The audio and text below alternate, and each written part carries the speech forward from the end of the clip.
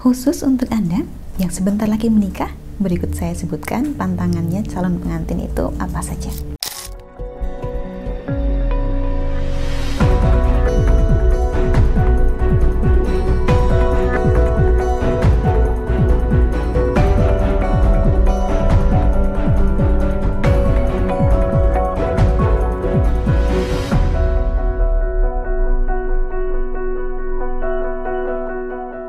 Salam Rahayu, dengan saya Dewi Sundari seperti biasa.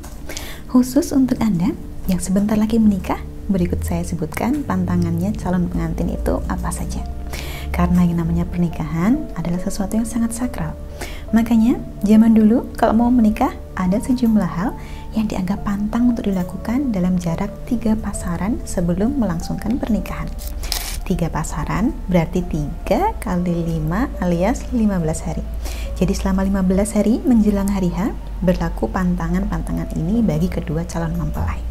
Tujuannya agar dijauhkan dari sengkala, musibah, atau bahkan malapetaka yang menyebabkan gagalnya pernikahan.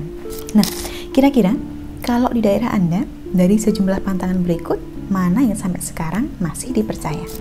Pertama, adalah pantangan menyetir kendaraan sendiri, entah itu mobil, motor, atau kendaraan lain. Jadi kalau perlu bepergian, ya hanya boleh sebagai penumpang, bukan sebagai pengemudi. Kalau zaman sekarang, pantangan seperti ini tentu sulit untuk diikuti, karena sifat pekerjaan dan kesibukan kita sudah berbeda dibandingkan orang zaman dulu. Tidak mungkin setiap hari minta diantarkan orang selama 15 hari menjelang pernikahan. Kalau zaman dulu, pantangan ini berlaku dikarenakan banyaknya calon mempelai yang meninggal dunia sebagai korban kecelakaan menjelang hari pernikahan. Pantangan yang kedua adalah tidak boleh bepergian jauh keluar kota.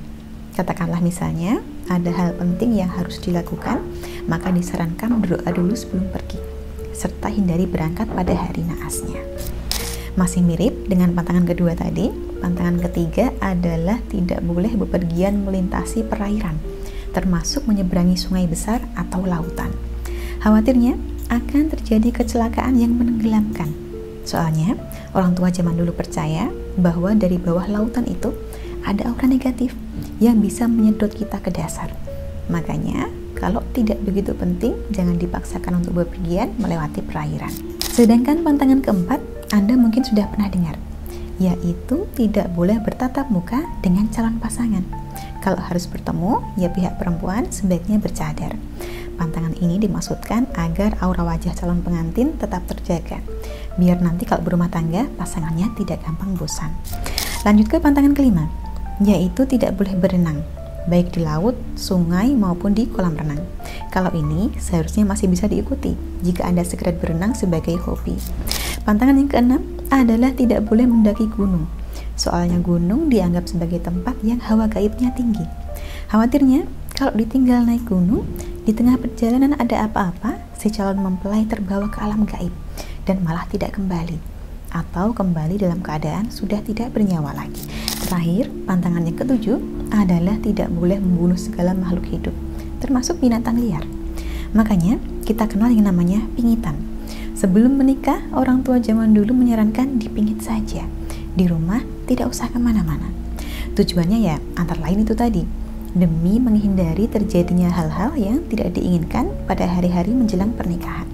Kalau sekarang kita yang hidupnya serba sibuk di zaman ini, tentu banyak yang tidak bisa lagi mengikuti pantangan-pantangan tadi. Tapi kalau di daerah Anda sendiri bagaimana? Apakah pantangan semacam ini masih ada? Kalau masih, boleh ceritakan di kolom komentar. Dan kalau ingin berkonsultasi seputar solusi asmara maupun rumah tangga, boleh hubungi nomor yang tertera. Akhir kata, dari saya cukup sekian. Seputar pantangan menjelang pernikahan ini, boleh percaya boleh tidak. Untuk Anda yang berencana menikah dalam waktu dekat, saya doakan lancar acaranya dan langgeng hubungannya. Sampai di sini, terima kasih banyak untuk Anda yang telah menyaksikan. Sampai jumpa di kesempatan selanjutnya dan salam Rahayu.